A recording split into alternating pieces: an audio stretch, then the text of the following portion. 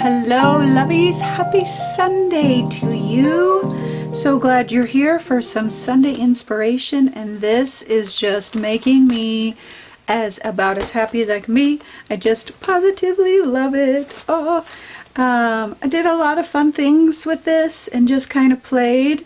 Black background, which is something I don't typically do. So I just had a ton of fun. I actually put the real vintage papers down from, I don't remember what book it was from. It was from a floral book that is part of a collage pack, and I will link it. All of the links and descriptions, the link will be down below in the description box below the video. So you can check all of that out if you have any questions with regards to stuff that I used. But it really simple but fun. So I put papers down in the background. Even though I knew that I was going to do a black background, I put alcohol down and kind of scrubbed it to lift up that paint for the black. And I'm telling you, it is like magic. These little spots where all of the script is showing through just makes me happy. So happy. It's just magic. And then, so I started the back, once I got the black down and did some scrubbing and the alcohol, then I used my 2 stencils, garden stencil,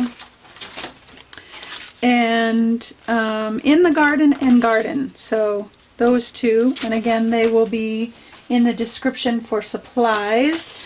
And then I laid down in the white just because I needed to add that just filler is basically what it was. This is Flower Gang, one of the Flower Gang 4. And then I used, this was perfect for the fill in too of random flowers. And this is a flower, Field of Flowers. Okay. And then, oh, I also used the eucalyptus branches too. The eucalyptus branches is just always a good one for me. I just love it. Yeah, also in the background, I used the wildflower because I knew I wanted some sprigs of flowers just kind of sticking out, and this one is just perfect.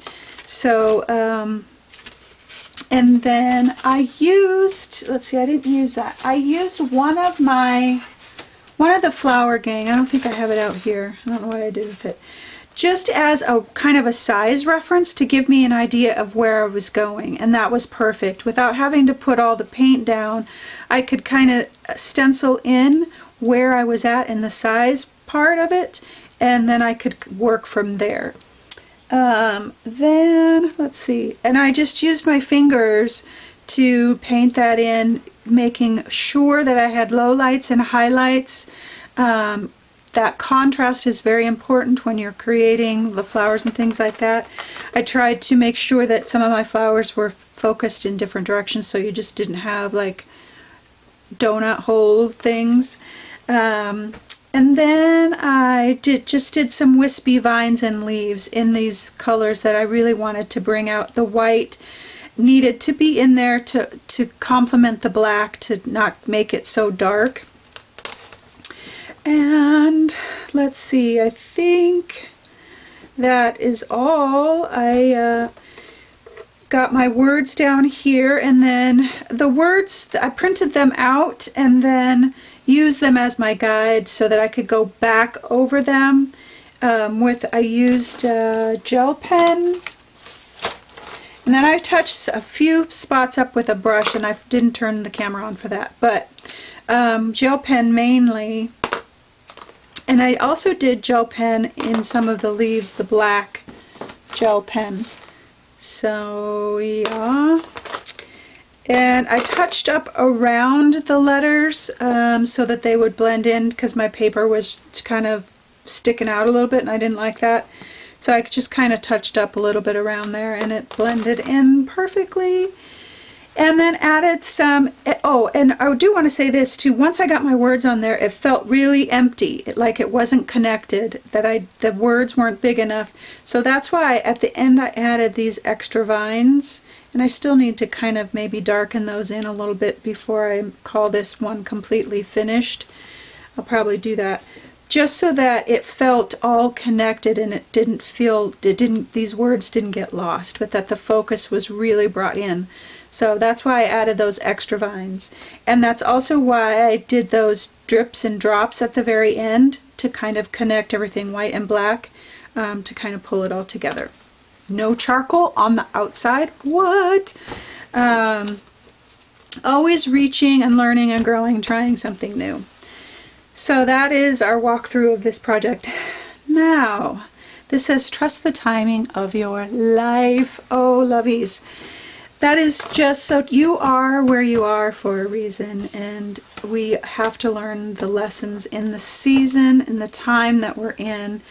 And I just wish we all, me especially included, could really appreciate the season and the moment that we're in. Because I am always thinking forward, like, what's the next goal? What's the next step? Instead of really trusting the time that I have and trusting the timing and being present, and whatever is happening and whatever you're dealing with right now, that timing of your life, that time of your life is so important. There's magic in it, there's lessons, there's pain, there's trials, and all of it is right now and perfect for where you are.